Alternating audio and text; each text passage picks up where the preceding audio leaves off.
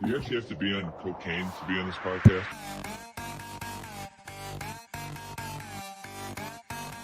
It's a great day to be a Wildcat!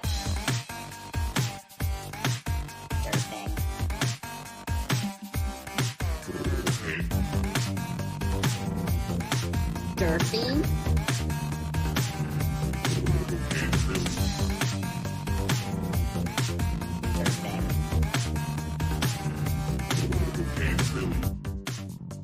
What's up, everybody? You're listening to yet another edition of Cocaine Willie. I am your commissioner, Bob Trollsby, and as always, I'm joined by my co-host, the good chef, Andre Napier. And with Fireball Matt moving to Texas, which you would have caught if you listened to any of our podcasts in the last 2 weeks, I'm joined by my co-host, I already fucked it up. We have K-State Twitter superfan Alison Renner joining us in Matt's place. Alison, it's awesome having you on. We loved the fan cast that you did for both the 10-12 and the Sons of UCF, and that one was with Fireball Matt. So you have some experience working with a cocaine Willie cokehead, I guess, if you will.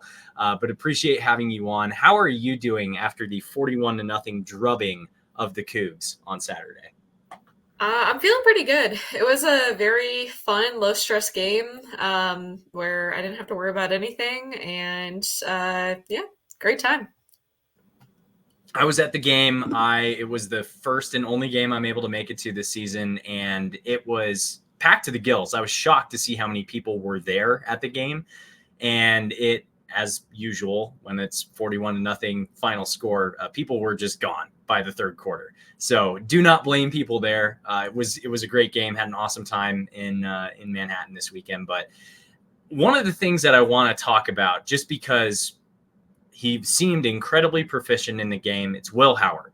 And the story leading into this game and the story of the last 2 or 3 games has been Will Howard, Avery Johnson splitting reps at quarterback.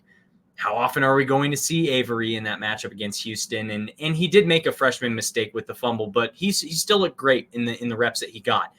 But also how much of that was the fact that it was an absolute curb stomping of Houston at the same time where Will Howard looked very good. But I guess the question is, to just tee things off here, do you think that Will is the go-to guy from here on out? Has he turned a corner? And how often will we see Avery moving forward? Yeah, well, shucks. I mean, it's the $1 million question. Do we think Avery's going to need a role? It's kind of role reversal of like how we thought after Avery put in work versus Texas Tech. How did we think we were going to see Will Howard? How are we going to use him? It's the same question. We're going to need both of them. Absolutely. Nothing's changed. Will was always the guy, in my opinion. You know, I kind of started saying that we needed Avery a little bit more, but I'm feeling no different. I think we still need Avery, 2 or 3 series a game and even if it's spot duty, throw in Avery at the red zone, throw him in the middle of the field, change it up, especially if we're seeing different looks. Like if Will Howard is running for 15 yards a pop, maybe throw in Avery if they're giving that same look and it's 60 yards now. I don't know. I'm not a coach or nothing, but he's a dynamic weapon. He's probably our fastest player on offense. Got to get him out there every once in a while. But Will has consistently, outside of Oklahoma State, been an absolute stud and exactly what we thought we were going to get this year. Yeah, and to exactly what Chef said, as long as Will is doing what we're asking him to do, as long as he is, showing up, getting the yards, making the passes, making sure that, a couple mistakes is fine, but we're winning games, then if it's not broken, no need to fix it. I do think that Will should start unless we are in a Oklahoma State situation and everything is going wrong for some reason. He's having a really off day. Then yeah, we should probably put Avery in at half, whatever it takes. But as of right now, I have no worries about Will Howard. I think he's doing his job. And that's no knock to Avery Johnson either. It's honestly a really good problem to have, is 2 very good quarterbacks, 2 quarterbacks that can get the job done. And if Will's the more experienced guy right now, if he's the starter, that's all good with me. Avery, you said he looked good. Outside of garbage time was kind of rough. Not even gonna lie. What did he take over in the end of the third quarter or just the very beginning of the fourth? Because I know there was like the one where he didn't gain any yards rushing. It was kind of ugly. I'm not gonna lie. The fumble, and then he got sacked. He tried to run that quarterback draw, got nowhere. What do he have? Like -5 yards rushing that game? He had -5 yards rushing in that game. That's tough. Outside of the last drive, which he did matriculate the ball down the field, which that's what you're supposed to do. It was still the Houston's number one defense out there still. But so do you want to know who had the worst QBR in the game? And there were 5 quarterbacks that played in the game. Well, okay, hold on. Well, Rubley didn't have the worst because he actually completed a pass. Rubley's was 85. He was second on the day. Okay, Will Howard obviously is number 1. 94.8. Then Avery, he threw a touchdown pass, so he's got to be third. No.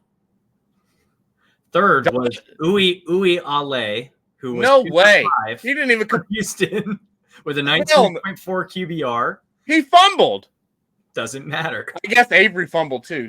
Donovan Smith had an 11.6 QBR on the day. Yeah, he was really bad. Avery, I knew he was going to be last. 8. Avery was 8? 8. No, that's farce. That's a farce. Look up the box score. That's impossible. He threw a touchdown. He had a 20-yard pass to my boy Swanee. There's no way, because Donovan didn't have a touchdown, obviously. Barely got past 50-yard line. Don't get me started on it. Don't make me break down the Houston game. Please don't. I sent you the receipts. You feel free to look at them if you want. But according to ESPN's box score, which, we've been accused of only reading box scores on this podcast and nothing else. So I had to throw that in there. But that's fine. Yeah, if you look at Apple reviews, someone got real mad about that. Not a math pod. We don't do analytics. We don't do none of that stuff. So I'm gonna read the box scores and call it a day. So the thing that Gerald mentioned on the pod that drops on Tuesday this week is when you look at that game against Oklahoma, Dillon Gabriel ran all over Texas. Dillon Gabriel's feet were the reason why Texas lost that game against Oklahoma. And when you look at Avery Johnson and you look at the speed threat that he has, Chef, you already said he's the fastest player on the team. How much do we see him this Saturday? Knowing he's probably not going to get the start, but there are probably going to be some packages where he's going to do some damage against that Texas defense, knowing that they're a great rushing defense, but specifically with quarterback run play, they do not do well against quarterback run play at all. Well, my thing is I'd have to go back and look at that Texas game because I remember watching it, but I don't remember the exact details. But I almost 100% sure that Dillon Gabriel's yards came off of like scrambles, like up the middle and stuff like that. Yeah, so I don't know if it's necessarily like quarterback design run, which would, that would favor Avery Johnson like a lot. So if it's the threat of the throw that leaves them vulnerable to a quarterback run, then I think that's kind of Will Howard. He can break the pocket if he's not worried about he took some sacks in that Houston game, which I think he just kind of gave up on the play, which is kind of the smart thing to do. If in the back of Will Howard's head, he's worried about, I don't want to turn the ball over here. So there's no point in, I'll take a 4-yard sack than trying to break out of this tackle and fumble or, get off of schedule and throw a pick, especially when you're like 12 of 12. The dude is on fire. So could we see Avery? I think we're going to need to see Avery. And will the quarterback run from, design be more effective than a broken play? That's to be seen. But but also how much is the pocket going to collapse when the K-State Beef is playing as well as they are too? Yeah. Allison, what do you think? Yeah, that's tough. I hope that both Howard and Avery Johnson have all the time in the world that they need to throw, and they can just complete every pass if that's Let's the go. offensive Yeah. line holds up. But I do think that Will Howard does have that advantage with having the more experience. Avery Johnson, I think, is well mature past being a true freshman, but we saw in last week's game him throwing when he got sacked, which ended up being a sack. But if it wasn't a sack, it was going to be intentional grounding. It's just those last minute decisions that you have to have the maturity and the years of experience to know. And we've seen that with a couple of the true freshmen that have started with K-State this year. But it's not necessarily a knock towards them. It's just something that you learn as you play the game and as you get those reps in. So I'd like to see Avery play. I think for sure we're going to see Howard start. That's just tracks with what Kleiman goes with, and I think Kleiman's got all the faith in the world with Howard right now. So I would prefer to stick with Howard until we see some cracks possibly, or just throw in Avery for a couple design plays. I don't know the last time I was able to say this, but I am more impressed with the K-State offense than the Chiefs offense. Full stop. It's not even a contest right now. Mahomes was sick. All right, don't do this. Both Don't of us do that. need wide receivers. I don't know where we're going to get them from, but we're lacking. Yeah. Chef, what were you going to say before that? Sorry. I don't know what I was going to say, to be honest with you. I mean, it's just, isn't it crazy how we went into this year like, and I know it's been a roller coaster. We're hitting our stride now, but at the beginning of the season, we had all this faith in Will Howard, and he was our guy. He brought us a championship, and now and this is no slight against anybody because that's their opinion or whatever, but he's got the shortest leash for somebody who is outside of one game is an absolute stud. It's crazy. I mean, we were dogging on him at the beginning of the year when he was throwing a pick in every game, but he was still responsible for like 12 touchdowns and 4 interceptions. So it's just, I don't know. He's been playing great, and outside of one game, which you have to count it, and it was definitely a bad game. He's been everything that I expected. How many games has he thrown where it's like 3 touchdowns, no interceptions? He's had to do it at least twice or 3 times this year. That I'm not sure. No, he could have only done it at least once or twice. 3 touchdowns and 1 interception, you said? 3 touchdowns, no interceptions, but I think that only happened one time. Maybe. Yeah, that was against TCU. Yeah. But I mean, I don't know. But he hasn't thrown an interception since the Oklahoma State game, which knocking on a lot of wood, but also hey. I think maybe he's kind of turning a corner. I feel a lot better about where you're at there. But I guess one last thing that I want to talk about offense-wise, the beef. We started the season similar to what you're saying. We started the season with a ton of faith. We thought the beef was going to be one of the best units to return for any team in any, not just the Big 12, in the country. You had Andy Staples interviewing Cooper Beebe asking about this offensive line and what they were going to do this season with all the starters returning. And Taylor Poitier's looked really good. And Cooper Beebe is playing like he might be raising his draft stock. I didn't even think that was possible at this point. He might be working his way into the top 15 at this point. And I want to give the offensive line their flowers because people beat up on Carver Willis for the first 2 games, and he's looking much, much better, if not one of the better offensive linemen on the team these last 2 or 3 games. So I want to give the offensive line their flowers for a moment, but what are your thoughts on the offensive line and the beef having kind of the bumpy start that they had, working through the kinks and getting their shit together and getting to a point now where I have all the confidence in the world in them when 4 games ago I probably didn't. Going into the UCF game, I was very concerned.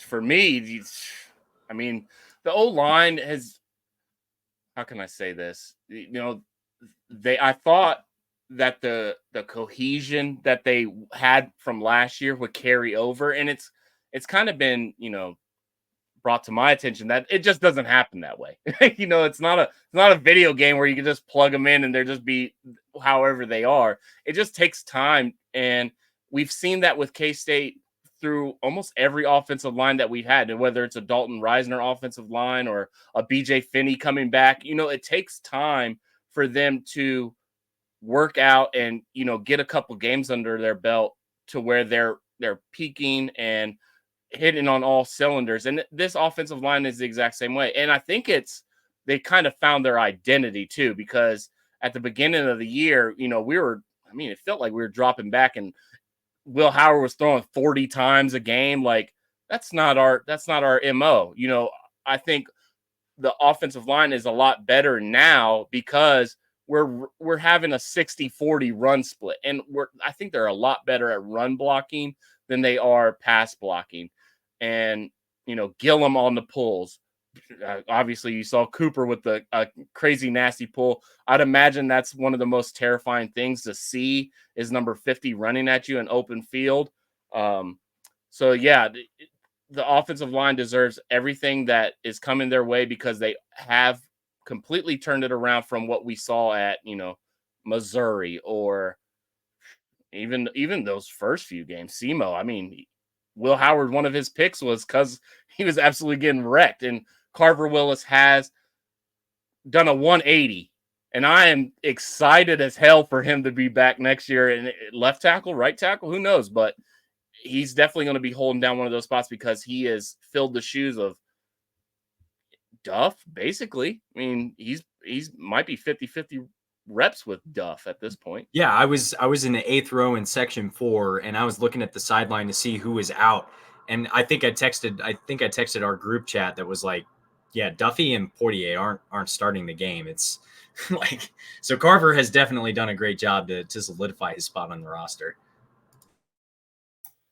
Yeah, no, great players will, might start off the year a little bit poorly and then make those adjustments to prove themselves to you. And I think that's what the offensive line has done. They came in with all of the expectations, maybe didn't show up as well the first couple of games and completely kind of turned that around. I think they even kind of called themselves out in a couple post-game interviews and said, hey, like we could do better. This wasn't our peak performance and we need to get after it. And yeah, very impressed the last 2 games, and looking forward to them keep improving throughout the season. For sure. And I think it's also a testament to how great of a coach Connor Riley is. My only beef would be with the beef is that we have some more consistency on the front end of the season. I think that would be super helpful just to get the season started off with the right momentum instead of having some of these situations where the games and thing, it just doesn't quite look the way that we think it's going to. But I want to move over to the defensive side of the ball. This is the second game in a row where we've held a team to 3 points or fewer. And yeah, we gave up a handful of points in that Texas Tech game. But if you look, I mean, this team is averaging 8 points per game, and 21 of those happened in the Texas Tech game through the last 3 games. So on the defense, who are you most impressed by on the defense? And what else, just if we're just talking big picture defensively, what else has impressed you about that unit as a whole? The number one guy for me that's, man, talk about a Carver Willis level 180 is Marquise Siegel. That guy was absolutely getting nuked online for how bad he was playing. I mean, Luther Burden is still running, for God's sakes. He just couldn't, he just wasn't in his element.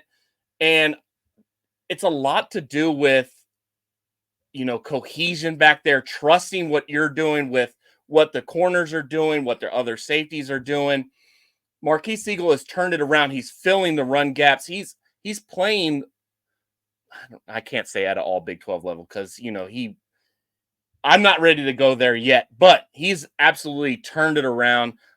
Love Marquise Siegel. He's doing exactly what I thought we were going to do. He's playing a lot of nickel when in our bigger run fits and our bigger run sets, and Parrish is coming in there at nickel sometimes.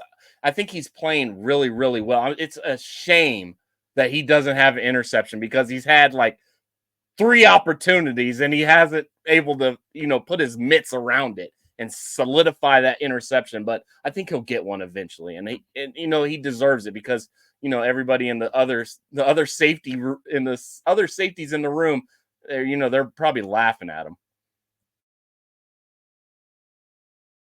Yeah, I was deeply, deeply concerned about our defense after the Mizzou game. I was in a very low place, and I wasn't ready to completely give up on them, but man, we needed to make a lot of changes in order to get something that was going to be able to play at a Big 12 level. And again, I think that the defense really turned it around. They kind of, went back, fixed their mistakes. I know that, it's Houston and TCU, but still with an air raid offense like Houston, 0 points. That was a It pleasant wasn't raining. surprise. It It was wasn't. raining. We all thought it was going to be raining going into that game, and I thought That's we were true. going to beat the brakes off of Houston because we were going to force them to run the ball, which Chef can allude to from our last week's preview with the Houston guy. They don't run the ball at all. They ran it pretty well, though. I'm not even going to lie. And I think the stats lie if we're going to, get accused of box score reading again. They ran the ball for like 100-something yards. They had more running yards than they did passing yards. But I think a lot of it has to do with, we're dropping back. We're rushing 3. We're letting draw plays go, all kinds of stuff. And it's picking up 15 yards a pop. But when we're up 21-0, go ahead. If you want to run it for 15 yards, we'll stop you on the next one and then it's over. But I don't know. I'll let Allison get back to what she was saying. I get on that tangent. You're completely. I mean, that exactly. There were no big play. I mean, there might have been a couple if I remember when I was there, but I don't remember a huge play. Where they're throwing the ball deep, and that's a team that's known for that. That's how they're scoring points. So we were able to completely put a stop to that and prevent any points from being scored. Even though one was a missed field goal, I'll still take it. That was great. It's been a great turnaround the past couple of games. Yeah, they had a 25-yard reception and they had 95 total receiving yards. So, oh man, that 25-yard reception was Will Lee he's a foot away from having another interception. I was mad at the moment, but like that's the aggressiveness that you want from your cornerback. Like you want corners jumping balls because creating those turnovers are absolutely huge. You don't want the Tom Hayes defense where we're letting them have 9-yard receptions at a time and just murdering us all the way down the field. Will Lee played like an absolute stud. And, he came back. He missed, what did he miss? He got hurt in the Oklahoma State game and missed the TCU. Tech game. He missed the Tech game too. And then I think he came back for the TCU game, but beast, he's turning into exactly what we thought we were getting. And he's just a sophomore. I saw that on the broadcast. I was like, What? Are you kidding me? Oh, That's crazy.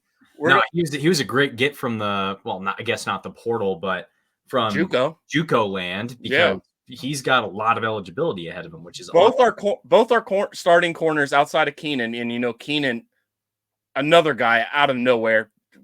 He's been playing the position for like a year, and he's probably our second or third best corner, which is crazy. I'd probably say second. Let's say second. Why not? And him and Jacob Parrish and Will Lee are both sophomores. That's insane. We're gonna. That bodes well.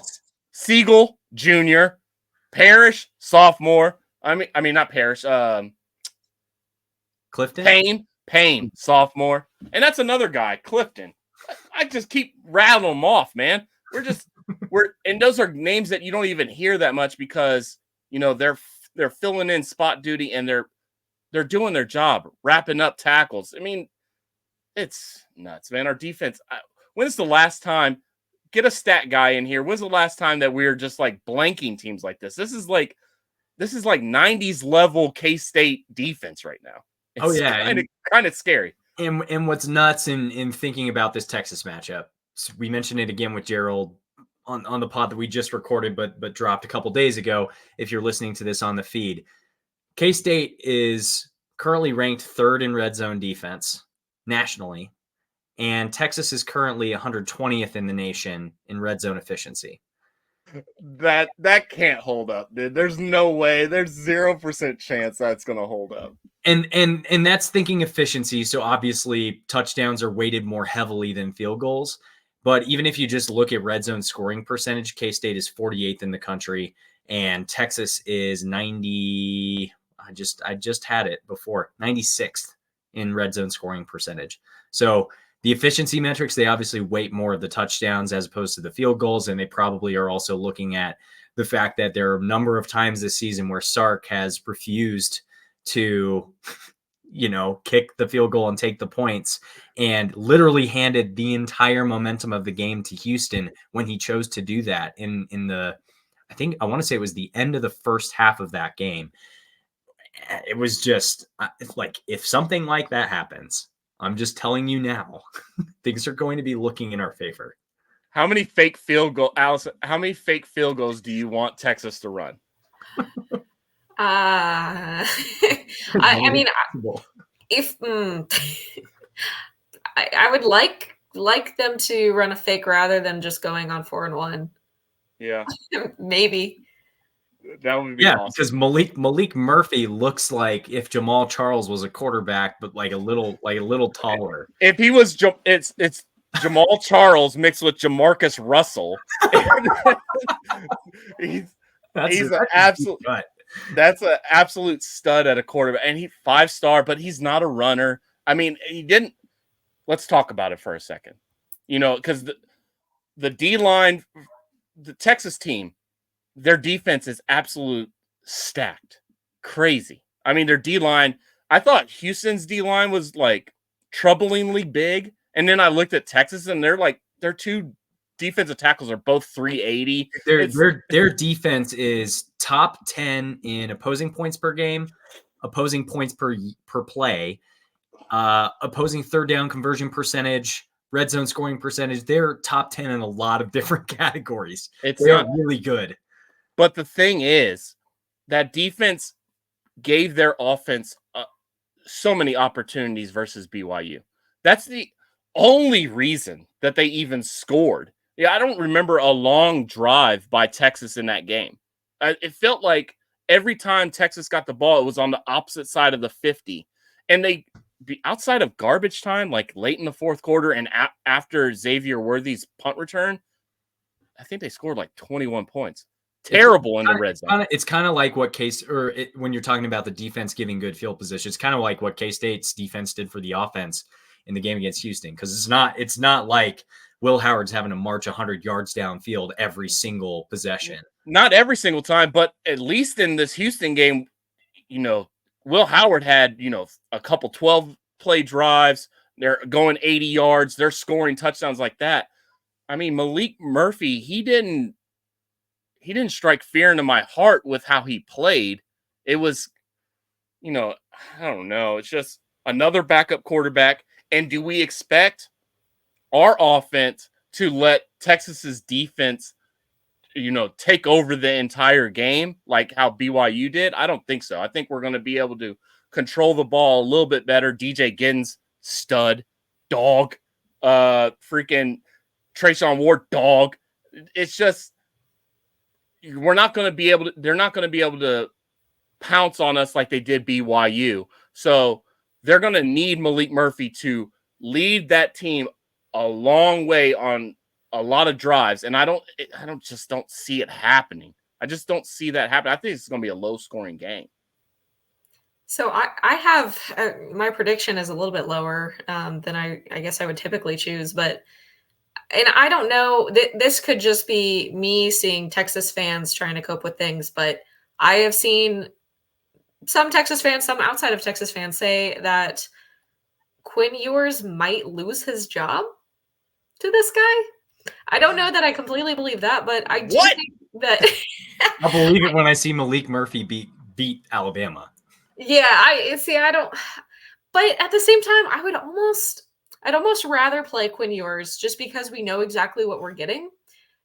Because last year, I was at that game last year. It was really sad the first half, but our defense completely shut him down the second half because Joe Klanderman is a master at making those adjustments in the second half. So I guess I would feel better about Quinn Ewers just because I know exactly what I'm expecting with him. And I know that, sometimes he's the guy for the explosive plays, and sometimes he's just, kind of put into more human form. But I don't know. I'm worried about Texas, chipping away at the yards and just slowly making their way downfield rather than the big passes, the big runs to the red zone. I cannot disagree more. There's no way I want to see Quinn Ewers and Xavier Worthy where he's throwing dots. I mean, he's struggled a little bit. I'll give you that.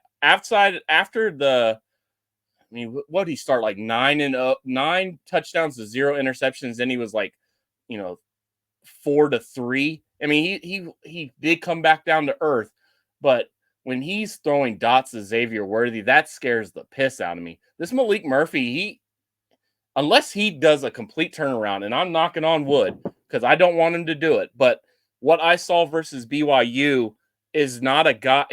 He's a freshman. I mean, a redshirt freshman, but he's still a freshman. Second game starting versus, a BYU team that is real ass, real garbage. The worst 5-3 team in the country. But people are writing about it. It's true. So, their DB's terrible. I got a feeling that we're going to be able to give him looks that he hasn't seen before. He's not mobile, which is a shock to my system. I still can't get over that. So if we're able to put pressure on him, I think he's going to be pretty sporadic. I think he's comparable to, from what we've seen so far is like how Baron Morton played. Baron Morton was all right. And, he was willing to throw that bitch up and, he almost gave one to Siegel, but if we put pressure on him and hit him a couple times, I think he's going to revert to what he knows. And that's, he just doesn't play. He hasn't played. He got hurt his senior year in high school. And that was the first time I listened to a Texas podcast. That's the first time he's been hit since 2021. That's crazy. That's a stat. That's the first. He's been wearing the green jersey and he just hasn't been touched. So imagine what Khalid Duke's going to do to him.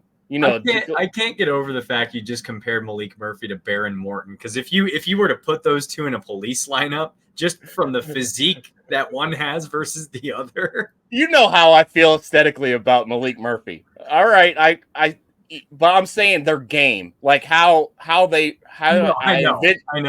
envision them playing. I could see a Baron Morton kind of game, and Baron Morton did some nice things, but it wasn't enough to separate them from Kansas State. That's fair. I think that's fair. So this is what is probably going to be, outside of a bowl game or college football playoff matchup in the future, once the playoff expands to 12 teams, the last matchup between Texas and K-State in a regular season college football game. What kind of feelings does this matchup drum up for you? Because for me personally, I lived in Austin. Shout out at @EMAustin. That was my Twitter handle back before I moved to Colorado and couldn't claim it anymore. 5 years ago.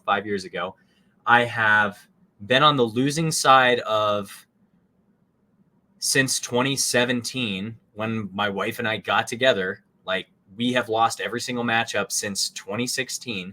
And so for me personally, this drums up a lot of like, we have to win this game. If we do not win this game, I will have never had a football victory against the team that my wife cheers for ever in the time that we've been together. And that's going into that relationship. K-State had Texas's number. We had their number. We owned Texas. Go State beat Texas. And it was, we beat the brakes off of Colt McCoy coming off of a national championship win that they had. Colt McCoy was the greatest thing since sliced bread. Ron Prince could beat Texas every time he played them, but could never beat Kansas, Missouri, or Colorado, or Nebraska. And it's just, this game means a lot to me. It has always meant a lot to me because some of my favorite memories were watching K-State beat Texas. The David Allen return in 1998. You have just some great matchups. There have been a lot of really close games. There have been a lot of really lopsided games, especially when you look, 2021? Yeah. That was a real lopsided game. That was one of the worst games I've ever seen. Like, that reminded me of the OU homecoming game in 2015. But this game drums up a lot of feelings for me. It drums up a lot of bad blood, but also a lot of fond memories. And I'm sad to see this matchup go. But at the same time, like, if we get this win on Saturday, that's going to mean a lot to me personally, because I will always have, I think, Allison, you mentioned it in the last pod, but the forever scoreboard. We'll have that, like, Oklahoma versus Oklahoma State. If Oak State wins this weekend, they'll have the forever Bedlam scoreboard final matchup. So I just want to hear what your thoughts are, what your feelings are, if any, about this matchup, any of the history, and what this matchup and what that team means to you, or what you hate about them. I don't have. I honestly, I don't mind Texas that much, I guess, as a rival. They've just always kind of been there. Yeah. I don't know that many Texas fans. So moving to Wichita the past couple of years, I've met one couple that's Texas fans, and they love Texas, but then, they'll be like, oh, go Longhorns, and then they don't mention it again. I don't think they actually watch the games.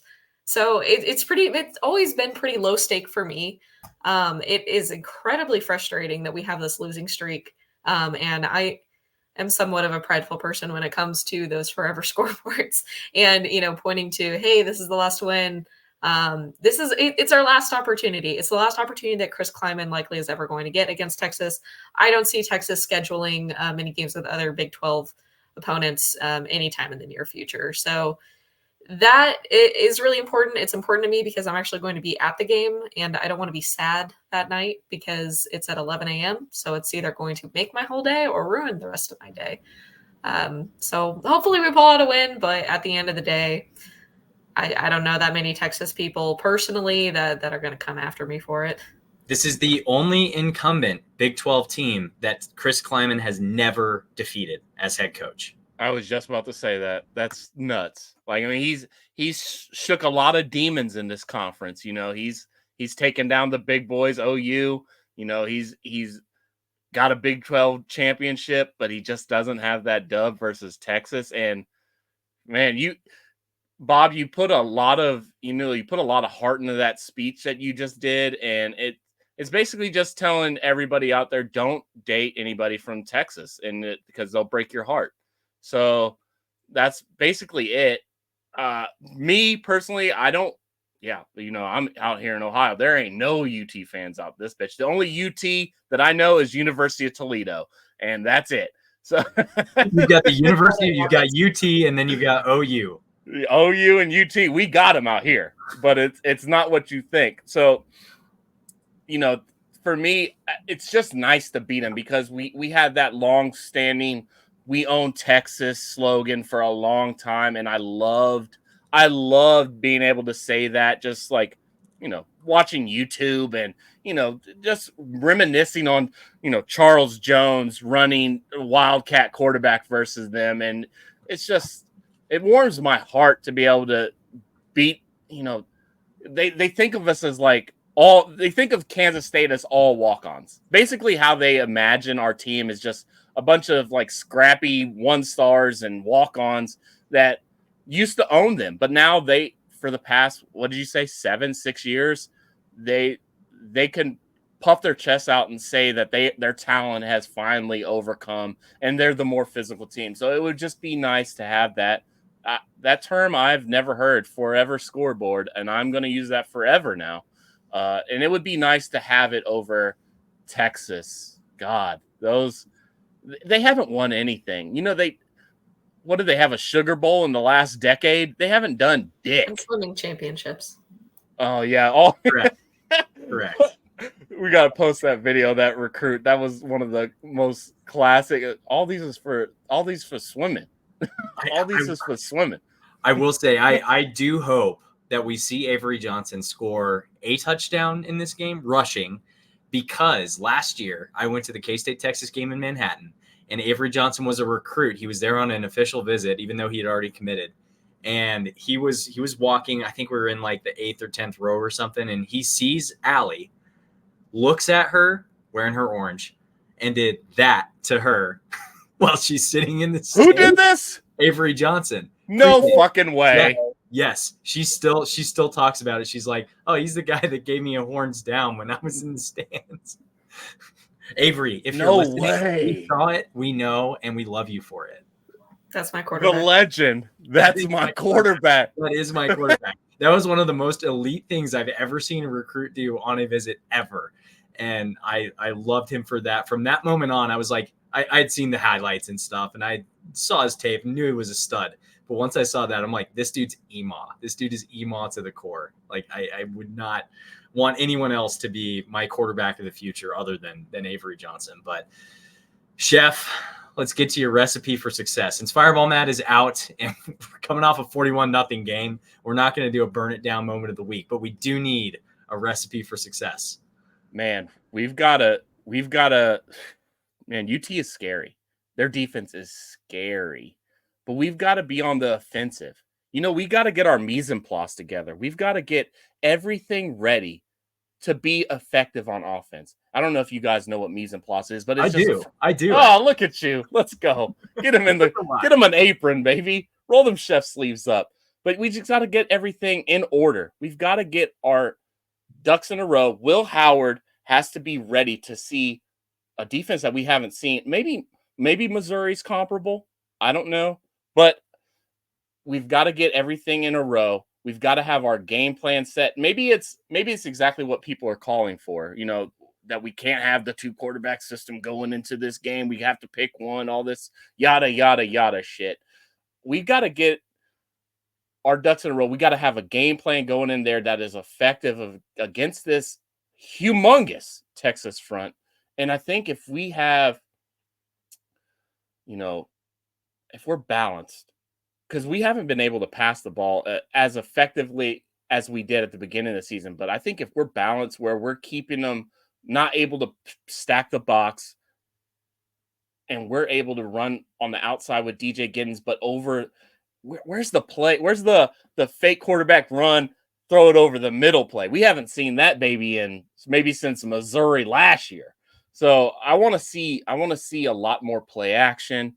I want to get a game plan together where we're able to keep Texas's defense off balance. Let's go. Alison, if you were to boil it down this weekend to any one thing or a couple of things, what do you think the Cats need to do in order to get the win in Austin? It's going to be more than just one thing, but I would just say mainly controlling the clock, keeping our offense on the field as much as possible, really just controlling the narrative and the momentum, scoring early, getting up early, because I don't want to have to come back like we did from last year. I don't want to be put in that situation. I know it's a new year, but man, that causes me way too much stress and anxiety. So score early, keep the momentum, control the clock. I love it. I think for me, the recipe for success is going to be that red zone defense. Our red zone defense is elite this year, and their red zone offense is not elite. I'm just saying, if there's going to be a key for K-State in this game, the red zone seems to be where it's going to be. Like if we continue to play the way that we have with the red zone defense, I really think that things could go in our favor. But let's hit our score predictions. Alison, you're the guest. We'll hit yours first, and then we'll go around the horn here, and then we'll share Matt's, because even though he's not here, he's still part of the pod. So I'm still cautiously optimistic about this week. I think we have a lot of advantage in some of these matchups, but overall, I don't know. Texas is looking really good. So I have a somewhat lower score of 28-21 Texas going into this week. Chef, what do you have? You go first, buddy. All right. I'm going with the reverse jinx once again. 35-18 Horns. It's going to be a sad day on Saturday. It's just going to be the same old shit every single year. I'm going to go to bed angry, sad, depressed, upset. It's very sports sad. I'm going to need to cuddle my child afterward. It's going to be a sad day for me, but you know, it'll be fine. I'm just mentally preparing myself. I like where your heads are at, you know, low scoring. I'm right there with you. I think the under is the play here. I think it's at 51 right now. just muted myself. I don't know what I was doing. But listen, 25-24 Cats. They're up 24. We or where are we at? We're at 17. It's 24-17 with a minute and 30 to go. Will Howard has an immaculate drive, scores a touchdown. We go for 2. I hope to God it doesn't end that way because I will be way too stressed out to watch the end of that game. That's what I got. I think, and it's a inside slant to Phillip Brooks. Will Howard throws it, kind of like a spins in it, runs an out. Phillip Brooks goes right behind him. Bang! Throw it right on top of him. Throw it right in his chest. 2-point conversion for the dub. 25-24 Cats. Let's go. I wouldn't be mad if that happened. That would be terrifying. To Allison's point, that would be the most cardiac Cats type of thing to ever happen. Matt's score, his prediction is 27-24 Texas. I don't have any additional commentary there, and neither does he because he's not here. He's moving to Dallas, Texas. But with that, if this happen, I might rush the field. I'm sitting in like the nosebleeds on the end zone, but I might make my way down to rush the field for you. You should just Spider-Man jump straight off of there and just land with our Cat 9 lives and just land on your feet right in the horns and just horns down right there. This is how I go out. That's the way. And then you need to go to Schultz Garden after the game. Trust me. And then just bring in like a boombox, like a Dream Dowling boombox. Go into Schultz Garden, play in the Wabash, and just rub it in all of their faces. If you need any recommendations for Austin, by the way, Matt and I have you covered because we both lived there. I was there for 2.5 years. He was there for at least a year and a half. But tons of recommendations for 6th Street and all of that good stuff. And if you're listening and you're also going to the game, let me know. I can point you in the right direction. But before we get to our Week 10 locks, we do want to do a quick Q&A with Allison, which is going to be a one question Q&A that might have a very interesting answer based on some Twitter back and forth. But we had listener Matthew Scar, which is at MTHWSKR. So I guess just remove all the vowels and a T. He asked, why doesn't K-State have an official swimming team? So to give a little bit of background, when I was at K-State, I was part of the swim club for the 4 years I was there, and I was on the exec board for most of it and president for a little bit. But we did have a swim team. We had a swim team back prior to somewhere around the 1970s. We had a men's swim team, which is why we have an natatorium on campus. But in the 70s, when we were losing all of our athletic budget because our football team was so bad, we weren't bringing any revenue, they cut men's swimming, men's gymnastics, and wrestling. So that's why we don't have any of those teams anymore. But we did have them at one point. So around middle of 2010s, I think, or before 2010, middle of the 2000s, K-State was looking at the equestrian team because we had a women's equestrian team as well. They were kind of falling off a bit, so they were looking at ending that program. But if we're going to end a women's program, we had to add another women's team to even out the scholarships for Title IX requirements. So they were looking at what they wanted to add. Big 12 swimming, it does have women's swimming primarily. Currently, there are 3 other teams outside of the new schools that are coming next year. It's KU, Iowa State, and TCU have women's swimming. And of course, Texas. Since Texas is leaving, it was just going to leave those 3, but now we have a lot of those Pac-12 schools in, so we've got a lot more women's swim teams now. But back in mid-2010s, when the equestrian team was kind of fallen off a bit, they were looking at adding women's swimming as a Big 12 sport.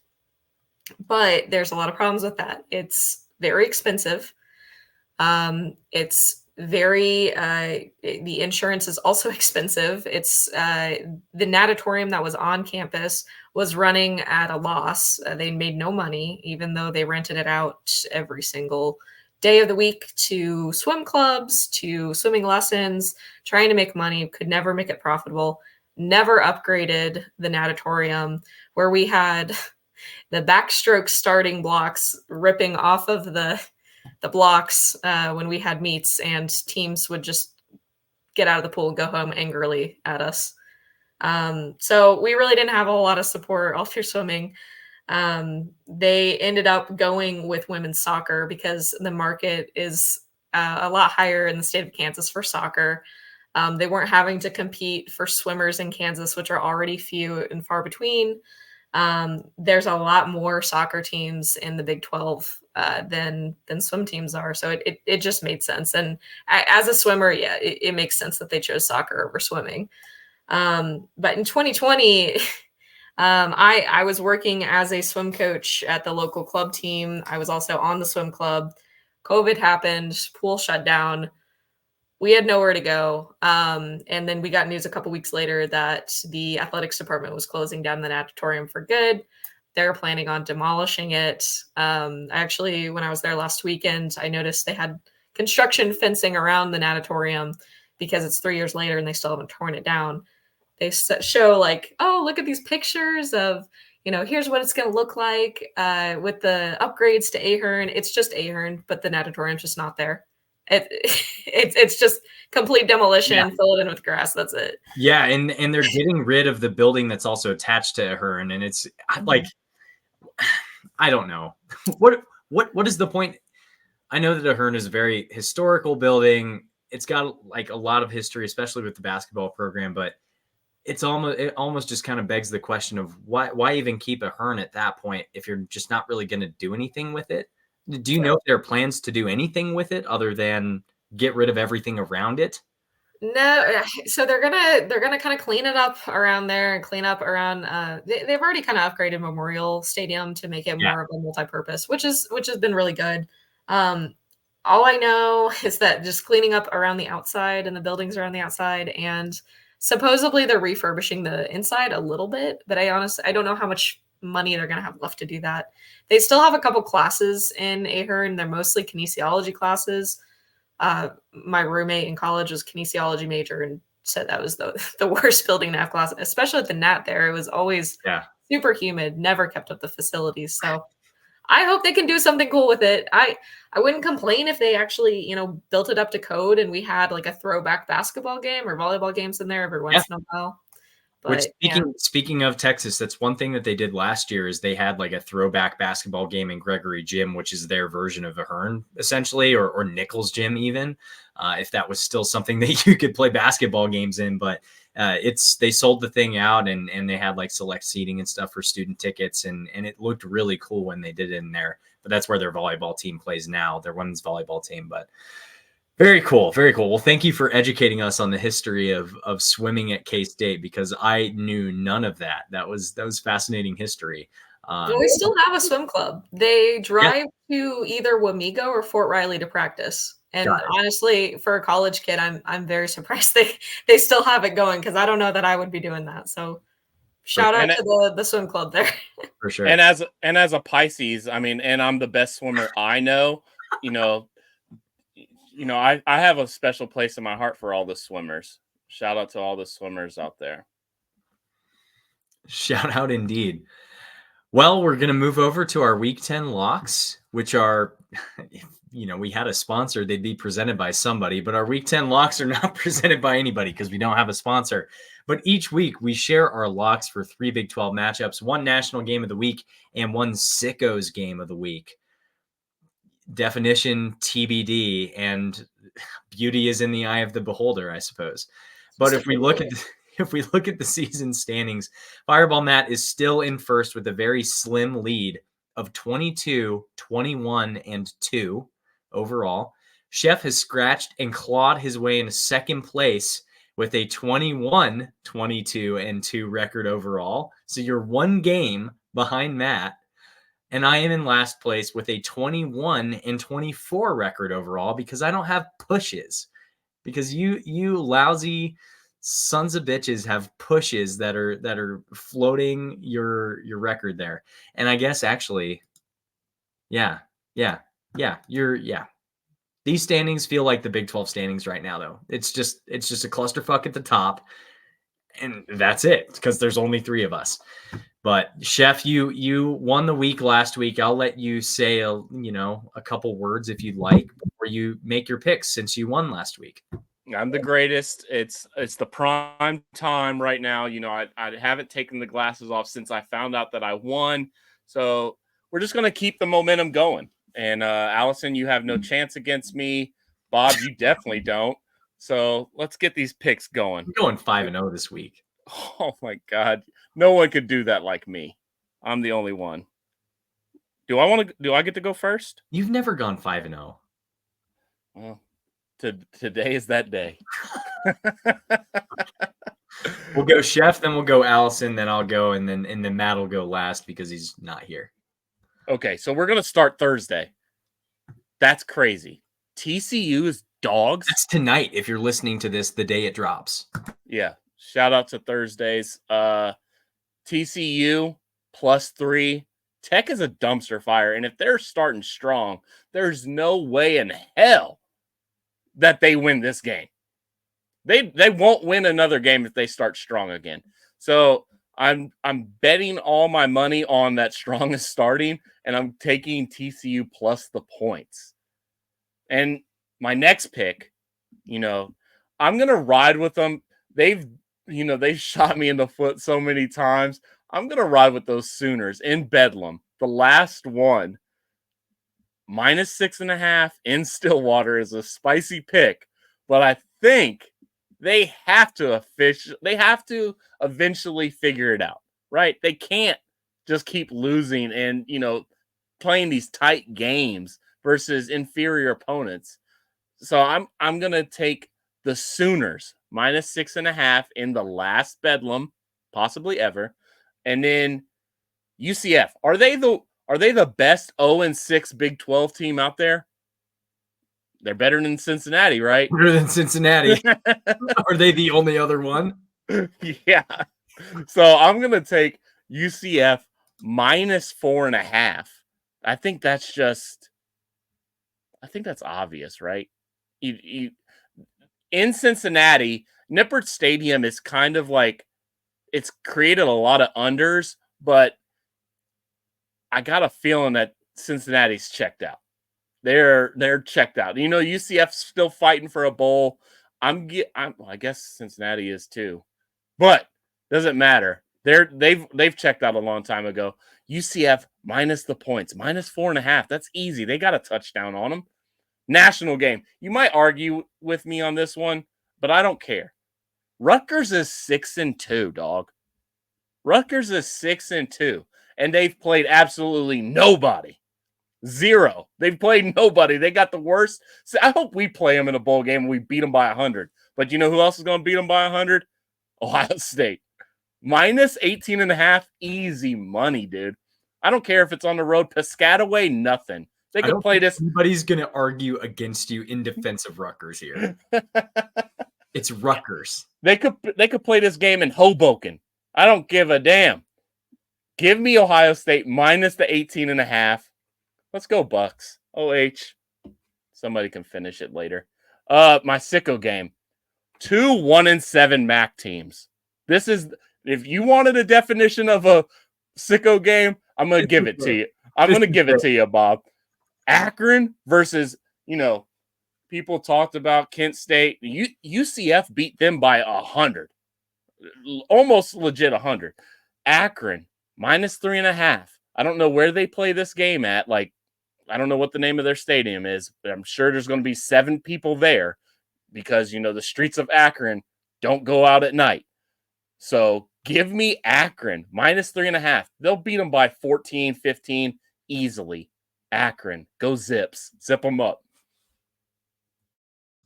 That might have been the best rundown for locks ever. That was fantastic. Oh my God. Yeah, no one's gonna defend Rutgers for you. None of us have Rutgers. They're 6-2. The people are talking. Who? Those people in what's another New Jersey town? Trenton.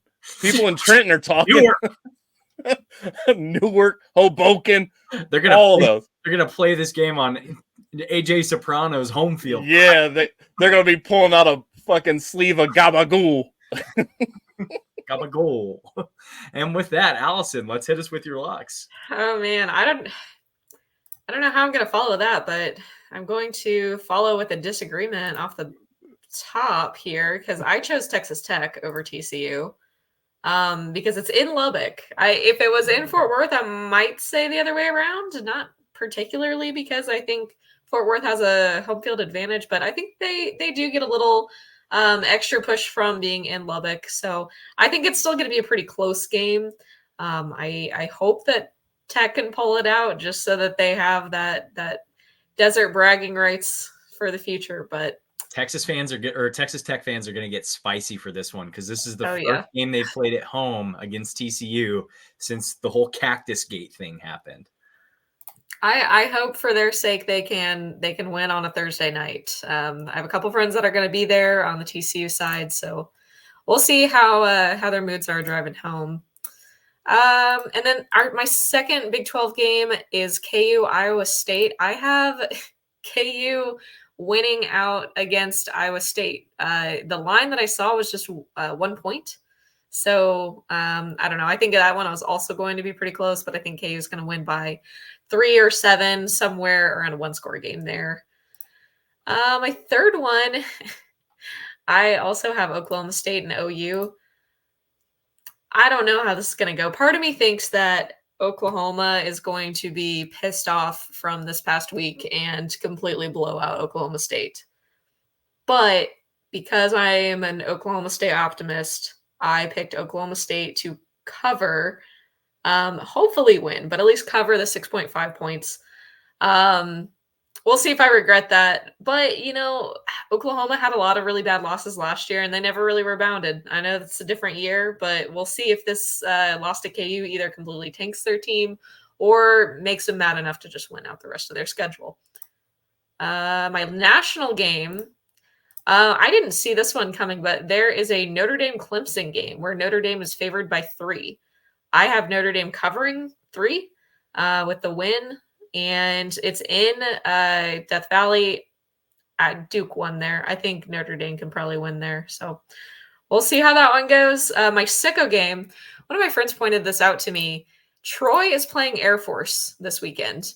Air Force is also favored by 18.5 points. That seems like way too many points for me. It might be enough points for Ohio State and Rutgers, but I don't think Troy gets completely blown out by Air Force. We'll see if they can kind of stick it out. But I don't think they're going to go, 18. It'll probably be more like a 10-15 score game. Not quite 18. Air Force is the truth, man. That's that team don't play around, boy. They've been struggling lately. They had a tight one with Colorado State last week. It was ugly, but I thought Air Force played Army this weekend. No way. Do they? Troy plays South Alabama on Thursday. That line. Your friend might have been in the wrong there. No, I know what happened. He's a Air Force guy, and so I just assumed when he said Troy, because I'm asking. Listen, I don't bet, so I don't have any of these apps downloaded either. So I was texting my friends, it's like, give me the lines for this. Air Force Army is like a massive spread in favor of Air Force because Air Force is currently ranked 17th and Army is like 2 and 6. Army's bad, but that's the difference is they're playing Army. So if Air Force has the opportunity to blow out Army, they will outscore by 50 points. Yes, Service Academy. Yes. But you've got, so are we saying you're going to take Army plus 18.5 versus Air Force, or are you taking Air Force now that we know we're not playing Troy? Let's just take Air Force then, and we'll just say they have a lot of built up anger. But I don't think, Army's been bad for so long. Air Force isn't going to hold anything back. Air Force versus anybody. Air Force versus anybody. Let's just do that. Honestly, yeah. Air Force minus 18.5 it is. For Bob's locks this week. So I have real money on this because I feel incredibly confident with this parlay. This is the first time all season I've actually felt confident in my picks to the degree that I'm going to put real money on it. I'm going to go with Houston plus 3.5 at Baylor. Hear me out. Conference visitor coming off of a shutout hits 58% of the time since 2006, and they are 3-0 this season. And the last case that this happened was, I think it was UMass, actually, but it was against an independent. So technically, if you're counting that as their conference, there have been a couple other situations where that happened. I think Charlotte, it happened prior to that. So 3-0 this season. That is like a lock to end all locks, if we're just being honest about it. So Houston plus 3.5. I'm also going with Oklahoma State plus 6.5 versus Oklahoma. Oklahoma State's 4-1 against the spread at home this season. So I feel good about the Pokes going into the final Bedlam matchup. This could be a situation where OU is going to bounce back, and they could still get the win. But this is like, I mean, this is like if we were playing KU in basketball for the last time ever. They have our number in basketball when you look at the all-time record, but you know that every single year we bring the heat for that matchup, and every single year under Mike Gundy, this has been a relatively close matchup, and they bring the heat every single time. So I like Oklahoma State to cover the 6.5 points. I found 6.5 points. I've seen a couple like 5.5, 4.5. I'm taking the Poke 6.5. I got that on FanDuel earlier today. I'm also taking Iowa State minus 2.5. So I was surprised with Allison's too that she got, what was it, -1 KU. I'm taking minus 2.5 Iowa State, but if I got -1, like I would absolutely be taking Iowa State there. Iowa State's 5-3 against the spread overall this season, but they're 3-1 at home. So they look good playing in Ames at Jack Trice. KU's going to be riding high, and I think this could be a spot where Iowa State can catch them tripping. So national game of the week. So I saw a couple of like 15.5s and 16.5s. I feel confident in the Missouri Tigers at Georgia, who covered the spread last year against Georgia, and I think the year prior. I don't know. Missouri-Georgia is a weird matchup every year. I went with an alternate spread of 14.5 because I'm that confident that the Missouri Tigers are going to cover the points. And I got a better payout with plus 100 odds instead of the minus 105 that it was sitting at 15.5 points earlier today. And then my Sickos game, which Fresno State, Boise State, I don't know, Mountain West football kicks at like 8 Eastern or 10 Eastern, something like that. I'm taking Fresno State -3. Boise State, yeah, they proved me wrong last week. They won on the Smurf turf against a really good Wyoming team, and they beat them like 30-7. But I like the Bulldogs this year. The Bulldogs are looking good for Fresno State. Throw up that victory sign. Go Bulldogs. Fresno State all day, every day. And I'm going to just quickly run through Matt's locks. So he, very dissimilar to me actually, has Baylor -4.5 versus the University of Houston. I've got the stats to back up my pick. So I'm going with the Cougs. Go Cougs. Iowa State, he has -2.5 versus KU, which is what I also had in that matchup. And then Oklahoma State, he had +5.5 as opposed to the 6.5 I found earlier versus Oklahoma in Bedlam.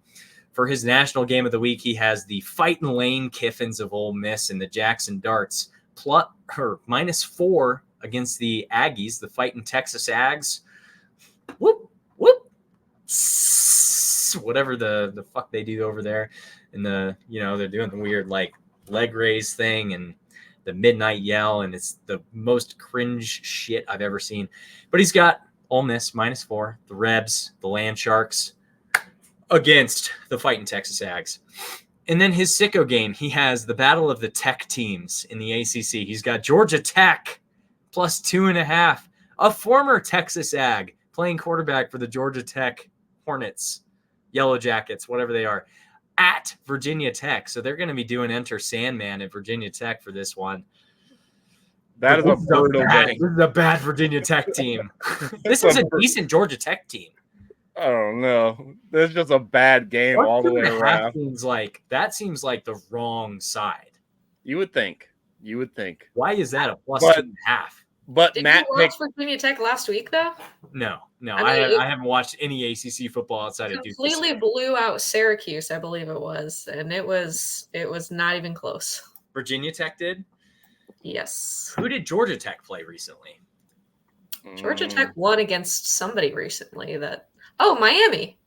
They beat Miami. They had the Iowa State 2015 Paul Rhodes thing happen to them. Yep. Yeah. Shit, what was this?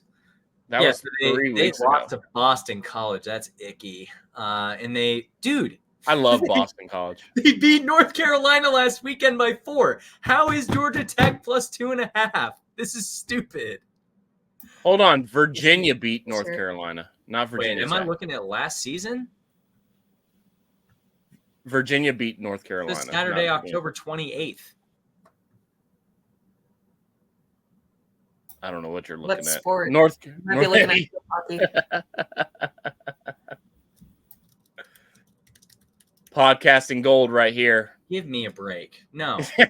No. The ACC is absolutely chaos this year. Dude, Georgia Tech beat North Carolina on Saturday, 46-42. Georgia Tech did? Yes. Virginia also. Why are you looking at me like I'm an idiot, Chef? I thought you can't even see my eyes in these stunner shades. It was 2 weeks ago that Virginia beat North Carolina. North Carolina's got 2 losses now? Yes. Yes. Oh, yuck. They went from like top 10 to they were 17 to I don't know what ranked now, if anything. They were talking about Drake May could win a national championship. They're unranked now. K-State took their spot in the top 25. Let's go. I'll take it. All right. Well, I mean, that does it. We're at an hour and 11 minutes. We Allison, if you lose, you're coming back with a bag. Just to let you know. I think if we want to get into it, we can talk about Naquan Tomlin being suspended indefinitely from the basketball team. But I know we're also at an hour and 11 minutes, and I want to be respectful of Allison's time too. Ain't nobody listening to this. It don't matter. If you want to talk for 5 minutes, or a couple minutes. I think Tomlin's a goof. That's just goofball situation. Tubbies at 2:00 in the morning. Especially what are you doing? And he's already in. You've long suspected that. He wasn't with the team. You were scouring the internet to find any kind of life of Tomlin on this team, and for him to pull this, get indefinitely suspended, which the vocab of Tang's statement sounds like he's gone. I don't like that. And for the long term of the team without Tomlin, it does change my, my thought and trajectory of where this team could go. So I guess I haven't really looked super deep into basketball yet this year. So I haven't seen, read into his absence in some of the team media or anything. Mm-hmm. I when I saw Tang's statement today, from more of an oblivious side of things, I just assumed he's going to be out for a couple games until he basically gets his shit together, and then rejoins the team. I don't think Tang is the type of guy that's going to put up with something like this that ends up in an actual arrest and let him just join back with the team like nothing happened. Some other coaches would do that, but Tang has kind of proved he's not messing around, and you're here for the team, and that's it. So I don't know. I hope he comes back. I hope he kind of fixes the shit and can get back on with these guys. Yeah, I think I agree with Chef in that it kind of changes how the season could go, because you've got this matchup against a top 25 USC team. And if he's suspended indefinitely, I would assume that's at least a game or two, because indefinitely by definition means we don't have an end date on this. He could be suspended for the exhibition and then be back against USC. I wouldn't say that's going to happen because it's probably not, but he could also be suspended for 20 games and not return until conference play. Indefinitely is exactly what it sounds like. We don't know when he's going to return. Allison, you said it best. It sounded like it's kind of on him to set what that date is, and he has to get his shit together in order for that to happen. But I'm not looking forward to a matchup against USC with Isaiah Collier and Bronny James in Vegas without Naquan Tomlin, because wasn't it Tang that said it in Big 12 media days? In games where we didn't have 30 plus minutes from Naquan Tomlin, we lost every single one of them. I just Yeah. And I if you look at don't like that. and if you look at the secret scrimmage without Tomlin, we got out rebounded like 44 By to SMU. 27. You know, By Tim Jankovic and SMU. I mean, they might be pretty salty this year. Who knows? But, you know, the Go Cats, Tim Jankovic. basketball season it's definitely it's definitely dampened what I think the team could be because, you know, Oh, wait, Tim got fired. we were definitely relying on Tomlin this year. We absolutely were relying on him. And, you know, who's going to fill the shoes? Who's a guy on our team that has Naquan ability? I don't think there's anybody. Kaluma, maybe, but you know, who's going to fill his shoes? We had all our chips, and we put all our chips on Naquan Tomlin. We gave him a chance, and he didn't screw the team. He screwed himself, really. But I mean, it's Totally. Realistically, I'm not going to judge him off of, you know, a little fist fight. Who hasn't been in a little fist fight at a bar? But you gotta be smarter. I mean, who in Manhattan, Kansas is fighting Naquan Tomlin? Why? You know who he is. He's 7 foot tall. Why are you fighting him? You're a fan of him. Stop it. Also, I misspoke. Tim Jankovic got fired after last season. So Rob Lanier is the head coach at SMU now. He was the head coach at Georgia State and Siena prior to that. But I just assumed it was Tim still because I don't pay attention to the American Athletic Conference in basketball because why would you? Siena's a good basketball program. I like Siena. Siena. For sure. I don't know if Georgia State is. But yeah, I mean, when I saw it on Sunday, I was driving back to Denver from Manhattan. And my good friend Alex, who we stayed with this weekend, he sent me the text and said Naquan was suspended from the team. And he that may not have even happened yet, but he was arrested last night at Tubby's, which Cooper Beebe's also out in Aggieville wearing the Nacho Libre outfit. So why don't we just have Naquan hanging out at O'Malley's with Cooper Beebe instead? But I was also thinking, like, who hasn't that happened to in Aggieville where, like, you get in a fist fight or you get into some kind of just stupid misunderstanding with someone, things go the wrong way and you end up, you know, in the police lineup for that night or whatever. But it's frustrating. I would love to know the details of what happened, but I don't know. I feel like I've been to Tubby's on nights where they're serving like really good burgers and it's like a solid establishment on a weeknight. And then the weekend hits and it's like people are dancing on tables and it's real kind of gross. If we weren't an hour 17 into this podcast, I guarantee you nobody's listening. But if we weren't an hour and 18 minutes into this podcast, I would try to think of all the scenarios on how it went down. Because I will say, I know of a guy that was dancing on a toilet in Tubby's. The toilet fell down. The whole bowl, everything fell down. He ran out of there, left the bar, didn't get found out for it at all. But this happened like 8 years ago. And part of me is thinking, like, that guy probably got in more trouble, actual trouble, and he didn't even get caught than what Naquan might have even possibly done. But I also don't know the details of what happened. And so part of me is, I don't know.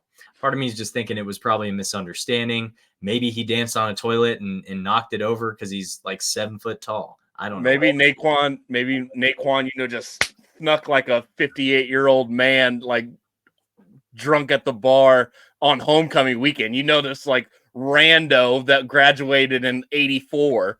You know, he's shout out to the class of 84. My mom was in the class of 84. Shout out to the class of 84. Yeah, we've all had our worst nights at Tubby's. So, yeah. Hopefully it works out. I hope he comes back soon. Me too. With a better attitude. Agreed. Well, I think that does it for us for this week's predictions and locks episode. Allison, appreciate you coming on. Before we sign off, anything you want to plug, anything you want to chat about, you've got the final word tonight. No, I don't really have a whole lot. My Twitter is at alison_renner. That's really the only social media that I have public. So you can follow me on there for K-State nonsense and occasionally Chiefs. One of the best K-State Twitter follows. I will vouch for that. For all of us at Cocaine Willie, thank you for listening to the show on your podcast feeds or watching us on YouTube. Do us a favor. If you're listening on Apple or Spotify podcasts, leave us a 5-star rating and follow the show. And if you're watching on YouTube, give us a like on the video and subscribe to the channel. If you don't like K-State content, listen to our weekly locks. If you don't like our weekly locks, listen to the K-State content. We've got plenty to go around, and we would love the subscription regardless because it helps us and you are helping us. So we would appreciate that, even if you're not a K-State fan. You can follow the show on Twitter or Instagram or follow us individually. I am at Bob Trollsby. Allison is at Allison_Renner. Fireball Matt is at Matt Marchesini, and hopefully we'll have him back next week because he's missed 2 pods this season. But it was great to have you, Allison. And then Chef is at Chef Andre Napier. Chef. Cocaine is a hell of a drug. We are all Coke and no joke. Wildcat Country. Let's ride. Ride.